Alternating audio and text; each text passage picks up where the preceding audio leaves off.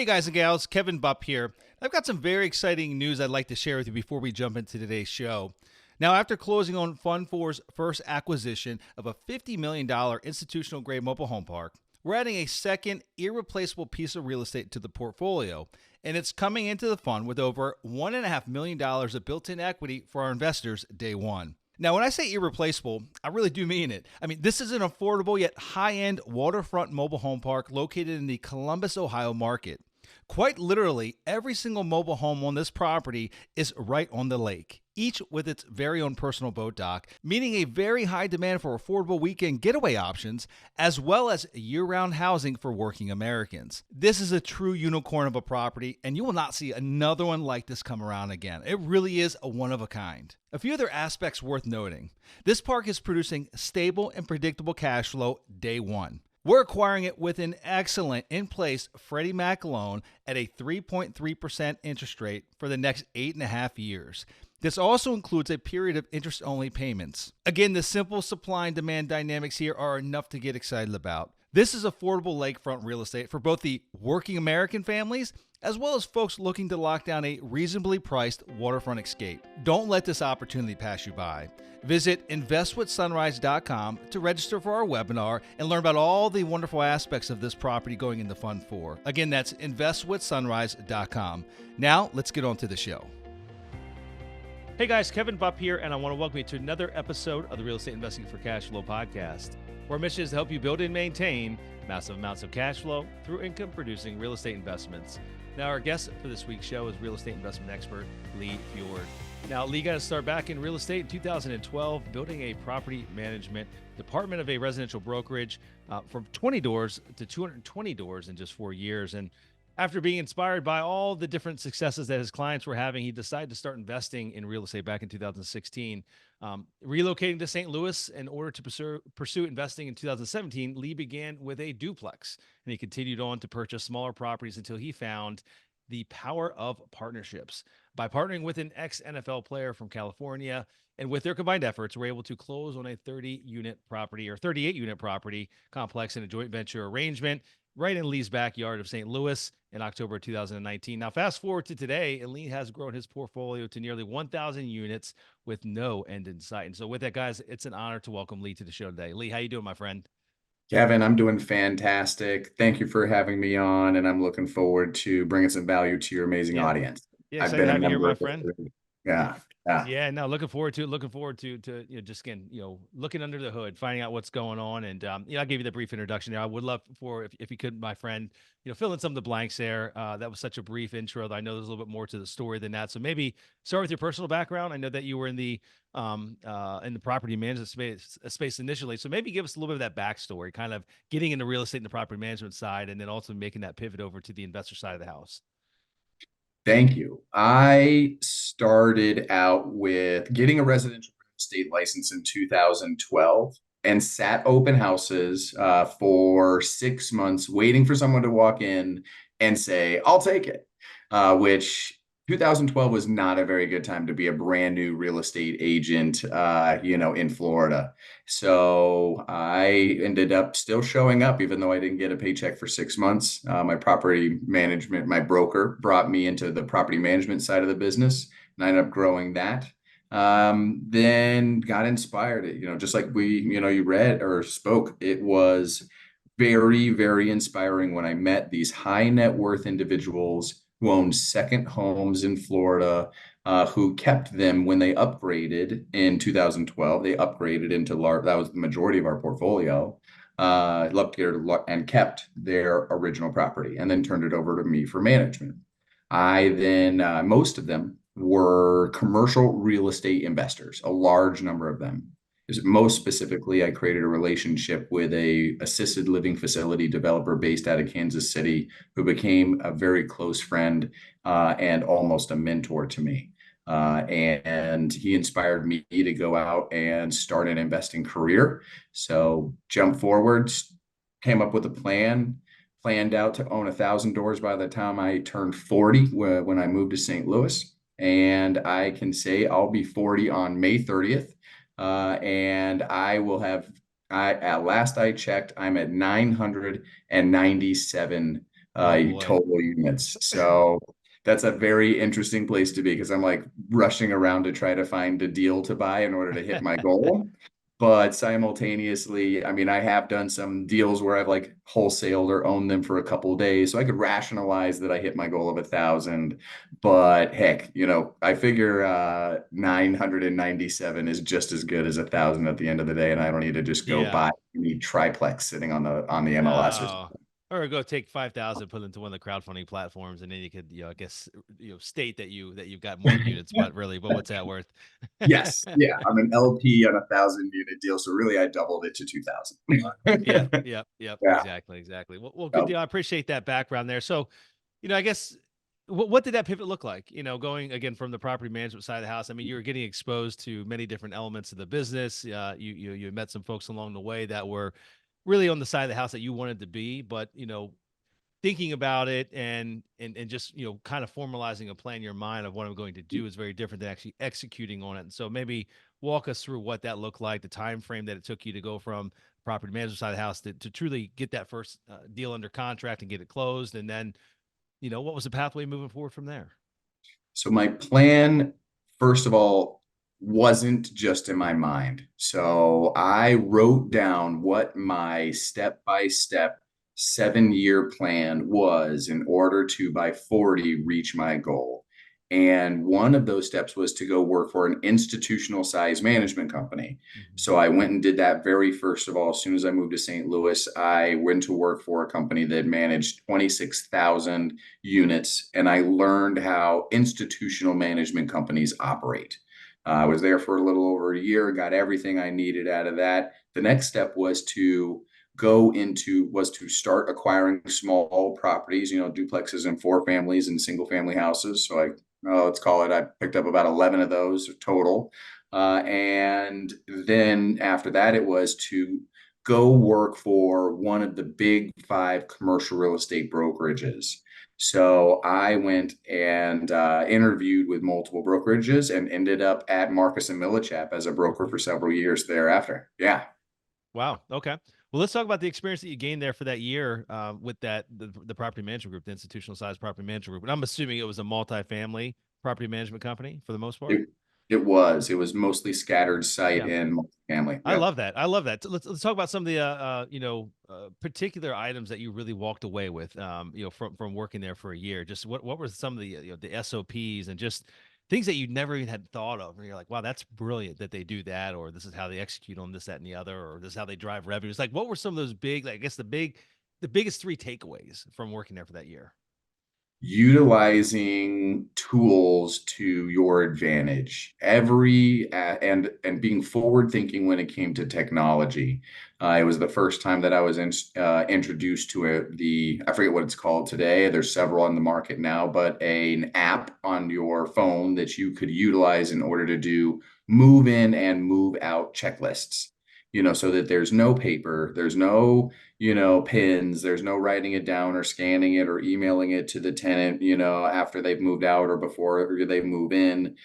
So literally an app and a tool that would take pictures, video, notes, and then it automatically gets uploaded into their appfolio and they have access to it as well. And so does anyone else that were to come behind me if and or whenever I left the company, or when I took over other people's units after they left the company, I would have access to that original move-in inspection, for example, and would know exactly what the condition of the unit was in when they moved in, even if the tenant moved in 3 years ago. Love it. I So, love it. and that's just one example of 100 different things, just utilizing technology in order to be able to make your business better and grow. How about better sales skills? I mean, I know that there's a huge emphasis on the sales aspect of, especially if we're a bigger group like that. Just any good takeaways that you had there? So they brought in professional coaches for sales and leasing. Hmm. So leasing was the main focus of the boots on the ground person who was in charge of that particular property. So leasing, following up, how to speak to someone, how to get someone to commit to doing their application, how you use your words is so important. And I was taught that by some of the coaches that they brought in, which I never would have had the opportunity to be able to learn from had I not gone to work for one of the bigger companies that, were on the Midwest regional. Yeah. Yeah, no, that's great. And then you pivoted over to working for one of the larger brokers. I've never been a broker, but I do understand that Marcus and Millichap has one of the best, if not the best, training programs for new brokers entering the industry. I've never heard any bad things about, only positive, positive feedback from it. And so maybe would love to hear from you, just kind of some of the knowledge that you gained, maybe even initially in the training program there, and ultimately, I'm sure that as you surrounded yourself with other brokers that were out there making things happen, I'm sure there was a lot additional things that you learned along the way. But just would love to hear a little bit more about the training process and what value you took away from it. It is an amazing in-depth training program that takes around, I believe off the top of my head, it was 6 weeks solid Wow. of coaching and training on underwriting, as well as sales skills and cold calling. So they taught you how to underwrite multifamily or whatever asset class you were going to be focused on, and then how to be able to work that cold call process, work the 7-step process to get an owner to commit to a listing or agree to a meeting. And each and every one of those steps were just ingrained into me during that training process. It was fantastic. I probably maybe not a master's degree, but it was definitely an experience that really, really taught me how to get people to say yes or no, not maybe or call me in a couple months or anything, but getting an owner to commit to yes or no, which is really all you really need. I just That's need to right. know, are you a seller or not? Yeah, no, that's great. And I think it's a great way, a great path. Both of those paths that you took, working for a property management company and for a brokerage firm for a period of time, utilizing best in class training and just a best in class platform, understanding how the big guys do it. Right, they've been revising their systems and refining them for many decades now. Right, there's just so much to be learned there, and I think it's a great pathway for new folks getting into the industry. I mean, just get a better general understanding of what really happens behind the scene, not necessarily what you might see on a TikTok video or a YouTube channel, right? But like what really happens if you're going to go invest in larger asset classes in the commercial realm.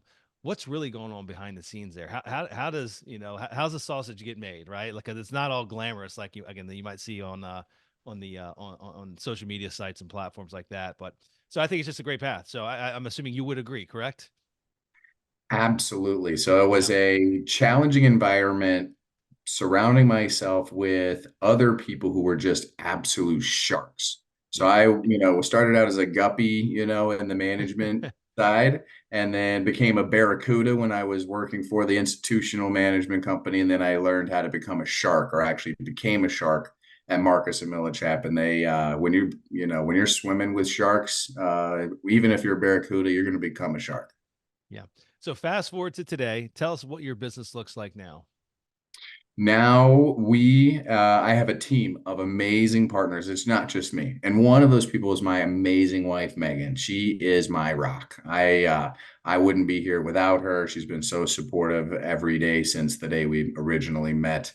And, she is amazing. And then secondarily, I have a team of around 7 different individuals who are amazing. And each individual person brings something fantastic to the team, whether it's my partner Dave, who is a 40-year veteran as a construction developer, general contractor, and has built brand new apartment complexes for 40 years. I mean, there's nothing more valuable than that. Or my partner Charlie, who has, before we even started partnering and buying properties together, he had already owned or owns, call it 1,200 doors. So he was the guy who I wanted to be, in 20 years from now. So I found those partners. And then I also have several others, Colby and Samuel. And I would love to be, they are the younger guys who are in the field. We actually have them, they do the underwriting and the asset management on site at the property. They actually live while we're doing the heavy lift. We put one of our asset managers on site in a vacant apartment until we reach 95% economic occupancy and our turnaround business plan has actually been executed. So I've got a Yeah. great team, and that's where I truly want to focus on my, it's not just me, and we make an amazing team of folks. And we have now just about 1,000 apartments that we own. We last year had our banner year. We bought 370 some odd apartments in a single year, three separate deals. Right. Two of them were syndications, and we love doing business with our amazing limited partner investors who allow us to be able to do this great job. And the next step is to be able to continue to grow in the markets that we're buying in. Yeah, no, that's And fantastic. I appreciate that. And let's talk about the partnership, and this is definitely a team sport. It's always good to find, those that bring additional value to the table, have complementary skill sets. I guess maybe, we don't have to go into detail with each one of those, what different skill set those each respective partner has on your team, but maybe more so just how you went about finding the right partnerships to help you grow this organization. I, well, what I did and how I managed to do it was by joining three separate networking groups. And I invested in my own education.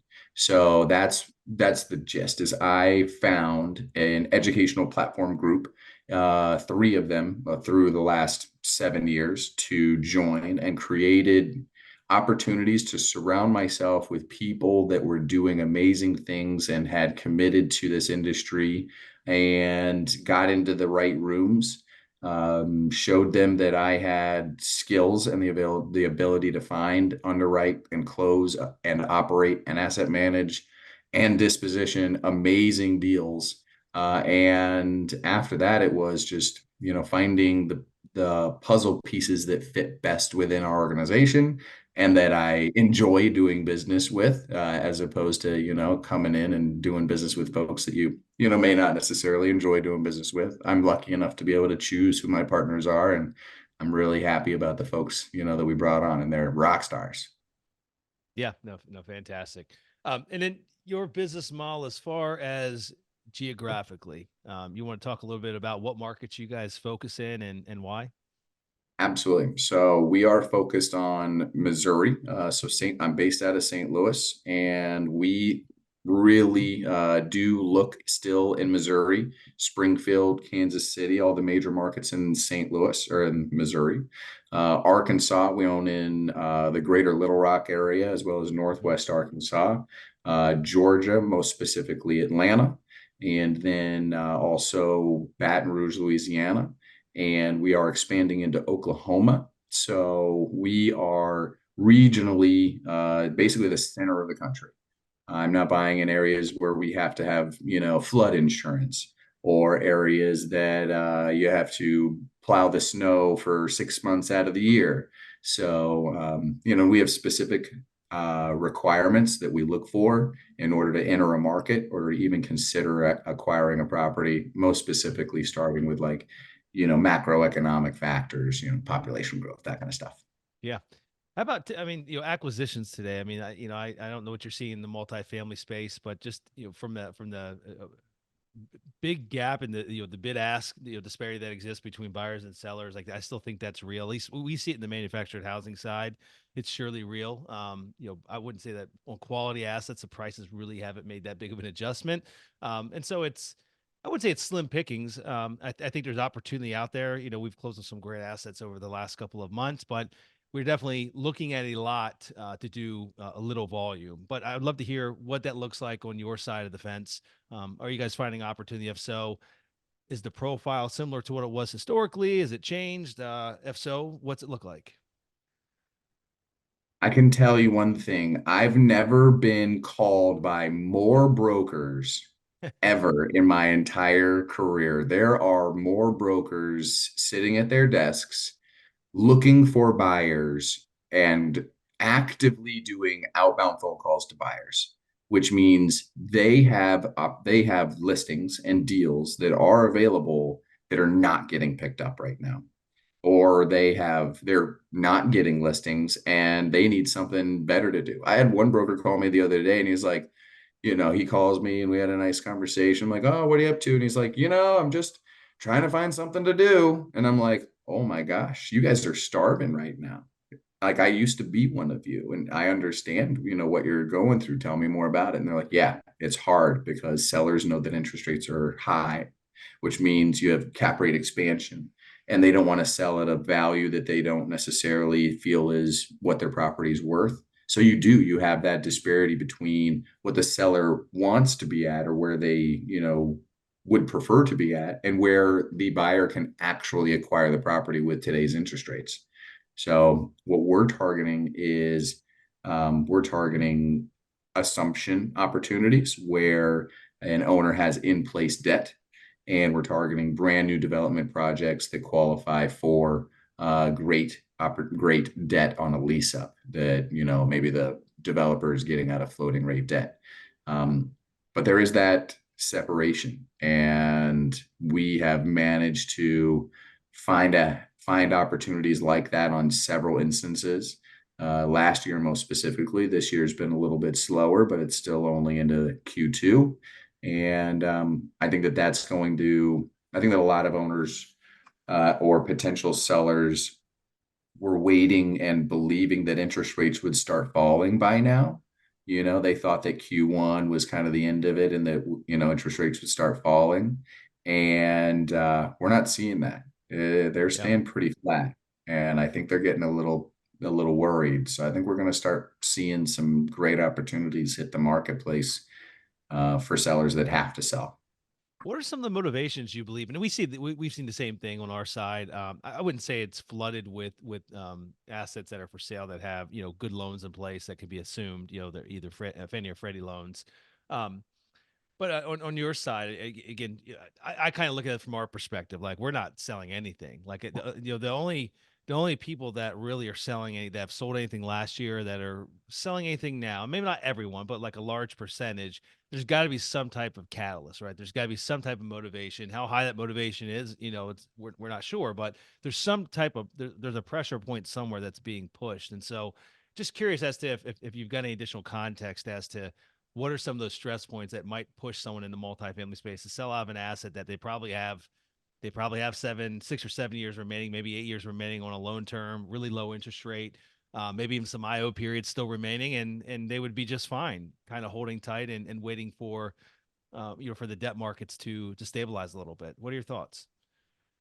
I think that those owners who do have great quality long-term fixed rate debt on their properties are not going to be the ones that end up coming to the market anytime Yeah. soon, unless they have, that have to be some sort of like partnership breakup, things that happen every day, Okay. but that in many times they would probably end up finding a reason to just keep the property. Like, we have one property that is fixed for 10 years. We bought it in 2021 with 3.48% fixed interest debt on it. We're not selling that property. I mean, it throws off cash to our investors every 90 days and they love it.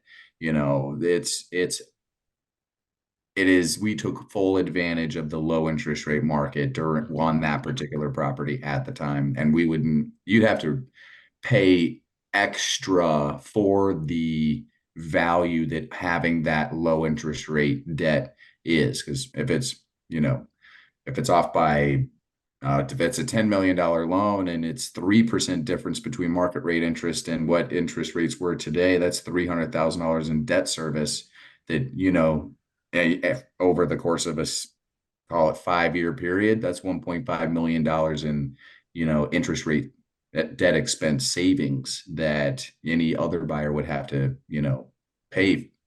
So it Maybe basically increases the value by $1 million I might have bucks. misunderstood you then. I think you said you're looking at a lot of kind of new construction, lease up, Mhm. stepping into the lease up stage, and then the other piece being existing loan assumptions. And so maybe I Mhm. misunderstood exactly what strategic part of your business model the assumptions play, and like what are you looking Oh, for? yeah. What's the typical deal in that wheelhouse?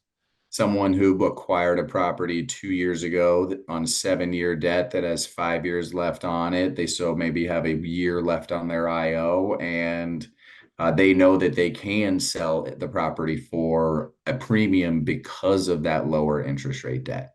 Yeah. We can pay a premium because of that. But you're For seeing that you're seeing those types of deals with that Yeah. low rate, okay, that are going out for sale.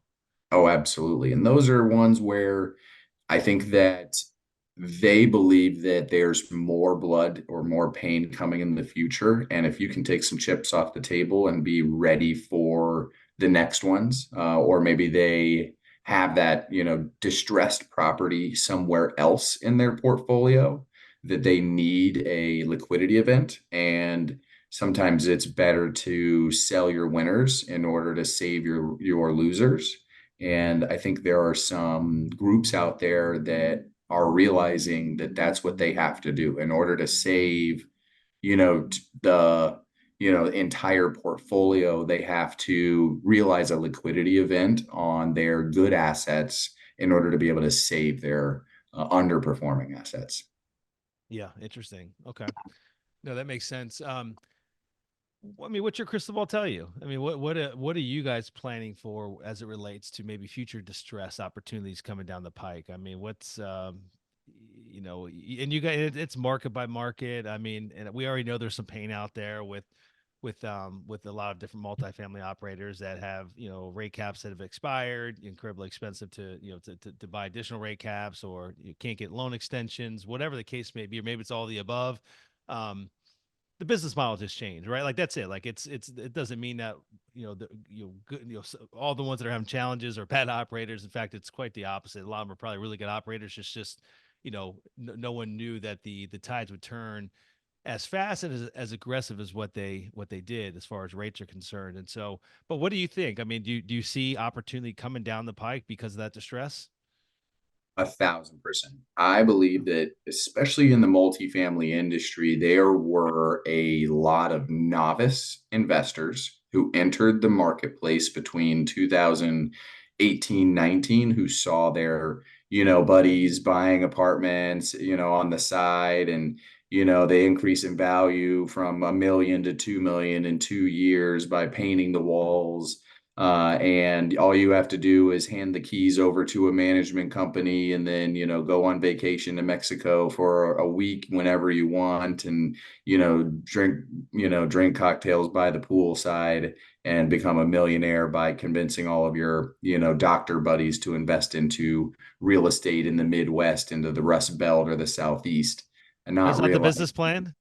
No, I'm joking. Well, I can tell you that Yeah. right now I'm sitting in one of the apartments, actually the apartment where my partner Colby lives at on site at our property in Arkansas. I'm actually here overseeing a drainage project that we have going on, as well as our exterior lighting project. You have to be on site. You have to have your fingers in the pie. You can't just leave it to the management company to execute the business plan for you and never come to the property, never do any real work. If you do, you're just flying blind. And quite honestly, there's a lot of limited partners who are going to feel a lot of pain from working with or investing with a novice investor, a dentist from San Diego that decided that he really needed a side gig of syndicating multifamily properties in St. Louis, Missouri. I can tell you what, if you bought in the even a mediocre neighborhood, you're getting your lunch handed to you. I don't know what the term would be, but you're Clock not doing cleaned. well. Yeah, you're probably sitting at 80% occupancy and 70% economic occupancy, and you're just barely breaking even, if that. And then all it takes is one thing to change. Your taxes increasing by 50%. Oops, didn't plan for that. Or your insurance down at your property in Houston that you bought, just because you didn't realize, oh wait, insurance was going to quadruple over the course of a 18-month period. Oops, now we need to do a capital call, and the value of our property just decreased. So what's it really worth today? Well, we've invested 3 million into it, but it's worth less than what we bought it for. Yeah. Yeah, good deal. So the property management side, I agree. The operations, that's the tricky part. That's the unsexy part of the business. I don't see this being a very profitable side of the business. In fact, it takes a certain scale to even think about ever becoming profitable in the property management side of the house. But it's a necessary evil, and so we are vertically integrated. We have been for many years. I truly think that's the better way to go if you have enough scale to do it. And so I'd be curious to know what you guys do. I mean, obviously you've got a property management background. Do you guys manage everything in house? We do not. We partner with a one particular third party management company who runs the day to day. And then what we do is we oversee the CapEx side of the business and asset management as well. It's a low margin, human capital intensive industry. If you lose a good regional manager, all of the properties in that region are going to feel it.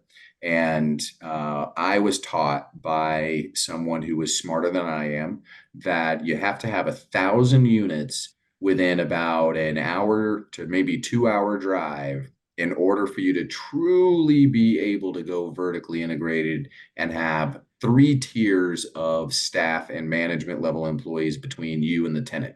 So unless you have 1,000 units in one smaller area, it's extremely difficult to go vertical, but once you do, then you can go more regional and you can, deploy people to properties on a regional basis, which, Yep. we've tossed around the idea about going vertical eventually. But today, right now, we're focused on asset management, operations, raising capital and, making sure that our properties are running as efficiently as humanly possible and finding great deals.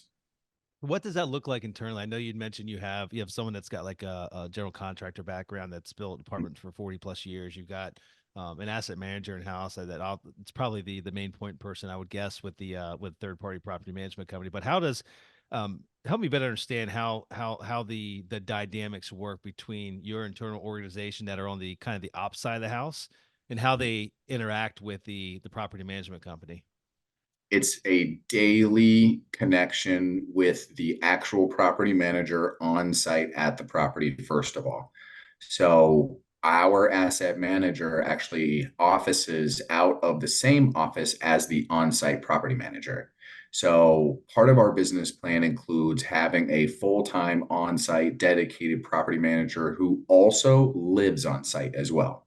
Hmm. So our property manager, his wife and his 2 children live in one of the apartments on site at this property. And we love that because when does all the fun happen on a property? All the fun Nights happens and weekends.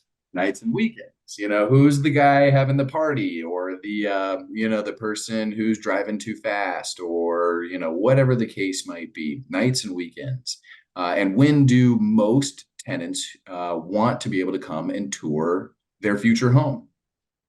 Nights and weekends. Right. So, and because we bonus our property manager based upon occupancy and leasing, they're financially incentivized in order to do that showing at 6 o'clock at night, do that showing on Saturday at 10 a.m., and it's so much more likely to happen. And it does happen all the time because they can just walk right over from their apartment and show that apartment to the future resident and then walk right back home. What normally happens on a property that has an on-site manager? Well, at about 9:15, they walk up to the front door and they turn the key. And let's face it, about 4:45, they're turning that key right back and closing the door and walking away, getting their car, driving 30 minutes. And if someone says, "Hey, I want to come see an apartment at 6 o'clock, I have a real job," uh, they say, "Well, I can do it at 4:20 or 4:15 or 4:30, but anything after that's gonna you'd have to go to check out the Mad report on the website or something." Yeah. Which is crazy that even exists. I've literally had this internal conversation with our team recently. We brought some operational folks over from a larger competitor of ours, much larger. I mean, probably they're huge. I'll just leave it at that. And I was shocked at, we're trying to take some of their best practices. I think there's things that we do better than what they have, but there's definitely things that they've learned along the way that we can implement into our business. But one of the things I was completely shocked with was that their management team, their on-site management team, works Monday through Friday, basically a 9 to 5, like a normal schedule. I'm like, the Mhm. average, like, how does that even work? And the craziest part was that this group, they were in our business, like we bring a lot of mobile homes into, vacant lots and infill communities. So we're bringing new housing stock in, and it's gotta move, right? And it's a sales process. And I was shocked in that the majority of what I see as far as our showings, if I look at our calendar for any of our properties, the majority of the showings are after 4 p.m. during the week, or they're on Saturdays and or Sundays if you allow them to be on Sundays, right? But it's definitely a weekend thing, and it's Mhm. a after 4 p.m. thing on the weekdays. Very rarely are you getting folks, unless they're retired or unless they work from home and they've got flexibility in their job or whatever it might be. Like those are the only individuals that are coming Monday through Friday. Otherwise, they got to take off work, which a lot of folks don't have the luxury to do. They're not going to take a paid day off or pay a few hours off of work to go see a unit. It's crazy. So I was shocked. I was absolutely shocked. And these are like best in class operators. I'm like, they're missing the boat in a little bit of this, right? Like even though they might have been able to lease up and maybe hit projections, they probably would have blown them out of the water if they actually would have done evening showings and weekend showings. So just crazy. I didn't know that even existed until I had that conversation with that staff we brought over. I was blown away. I said, "Well, that's not going to happen here. Yeah. We're gonna make showings. Again, we've got flexible. We don't make them show every evening of the week, but we have like 3 evenings of the week where we make them show up to, I think it's like 7:30 or something like that, and then they have a alternating Saturday shift that they have to work. And a lot of it's also based on availability. If we have a community that literally has no available units, well then they're not going to be required to show evenings, or because there's nothing to show. And so we make Mhm. adaptations along the way. But if it's a community where we actually have a lot of stock that we have to move, well, heck yes, I'll incentivize you. But on top of that, it's not. This is not just voluntary. Who wants to work the evening? No, we're going to work and we're going to get these things moved. Same on the weekend. I'll make sure you put a lot of money in your pocket for helping us do this, but these things need to move, and they're not going to move if we just show them during the week. So Heck anyway, yeah. Yeah. I'll get off. Our I'll get manager off my. I'll get off my soapbox now. Yep. Our on-site managers work half days every Saturday. So they're Monday through Friday, 8 to 5, half a day on Saturday. And then they are required to have their work phone on and available to, ringing 24 hours a day. And because they're incentivized for leasing and occupancy, they'll do evening showings without Wow. question. It's, just, 24/7. Yeah, okay, I got. yep. We do give them the luxury. We send the phones after hours, whatever the hours are for that respective day. We send it to an after hours service that will, if it's like some type of emergency call, they can walk them through like 90% of the stuff. If it's some type of sales and leasing call, it goes to a separate voicemail box to leave their info. But we do give them that luxury to at least shut their phones off so they're not getting woken up at 2 a.m. in the morning by the crazy guy that's, scouring the internet looking for a new apartment to rent or a mobile home to rent. Oh yeah, I think they screen calls pretty well, or and Yeah. turn the volume off when you're, but you if there's a fire at one of the units, which we've had at 10 o'clock at night on a Wednesday, or it's never 10 o'clock on a night on a Wednesday, by the way, it's always at 2 o'clock Yeah. in the morning on a Saturday. That's right. But Right after the party ends. yeah, exactly. Because they fell asleep with a pizza in the oven or something.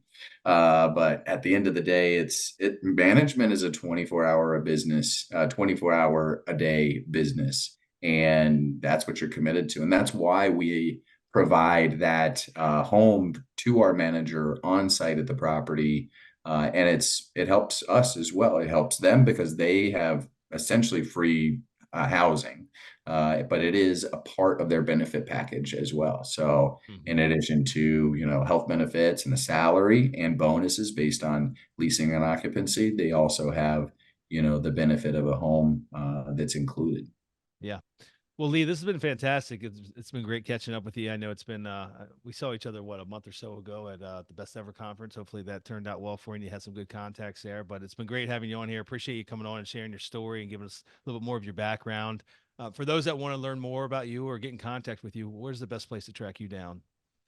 Best place to find me is at greenforestcapital.com, or you can find me on YouTube, Facebook, or Instagram, and it's Lee Fjord, FJORD. There aren't very many Lee Fjords, so I'm sure you'll find Yours. me. That's it. Yeah. All right, Lee, I appreciate you coming on, my friend. Best wishes to you. Thanks, Kevin. Have a great one. Alrighty, guys, that's all we have for this week's show. So until we meet again next week, this is your host, Kevin Bupp, wishing you huge success. Take care now.